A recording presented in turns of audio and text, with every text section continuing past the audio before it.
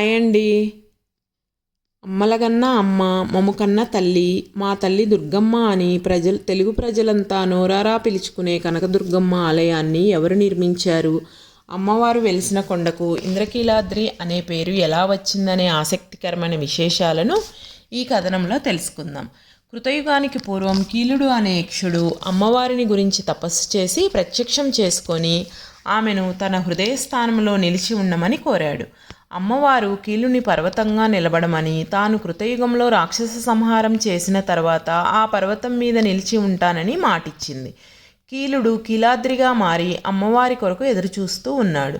ఇచ్చిన మాట ప్రకారం అసుర సంహారం చేసి అమ్మవారు మహిషాసుర మర్దిని రూపంలో ఇంద్రకీలాద్రిపై వెలిసినట్లు శాసనాల ద్వారా తెలుస్తుంది. అమ్మవారిని సేవించుకోవడానికి ఇంద్రాద్రి దేవతలు తరచూ రావటం వల్ల కీలాద్రి ఇంద్రకీలాద్రిగా మారింది. ఆనాటి నుంచి ఈ పర్వతానికి ఇంద్రకీలాద్రి అనే పేరు వచ్చింది. ఈ ఇంద్రకీలాద్రి పర్వతం కృష్ణానది ఒడ్డున ఉంది. ఇక్కడ శ్రీ దుర్గా మల్లేశ్వర స్వామి దేవస్థానము ఉంది. ఇక్కడ దుర్గాదేవి అమ్మవారు స్వయంభూగా వెలిసిందని క్షేత్ర పురాణం ద్వారా తెలుస్తుంది.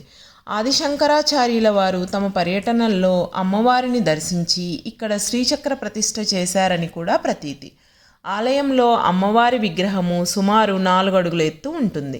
మిరుమిట్లు గొలిపే ఆభరణాలతో పూలతో అలంకరించబడి ఉంటుంది. అమ్మవారు త్రిశూలంతో మహిషాసురుని గుండెల్లో పొడుస్తున్న భంగిమలో ఉంటుంది. ఈ ఆలయంలో వెలసిన మహిషాసుర మర్దిని తల్లి కనకవర్ణంతో వెలుగుతున్న కారణంగా కనకదుర్గ అయింది. పూర్వం విజయవాటికాపురిని పరిపాలించే మాధవవర్మ తన రాజ్యంలో ధర్మం 4 పాదాలు నడిచేటట్లుగా ప్రజారంజకంగా పరిపాలిస్తూ ఉండేవాడు. ప్రజలు ఆయన చల్లని నీడలో సుఖశాంతులతో ఉండేవారు. ఒకరోజు రాకుమారుడు పెంకి గుర్రంతో కూడిన రథంతో బయలుదేరతాడు. అయితే దాన్ని అదుపు చేయలేకపోతాడు. దురదృష్టవశాత్తు రాకుమారి రథచక్రాల కింద పడి ప్రమాదవశాత్తు ఓ బాలుడు మరణిస్తాడు.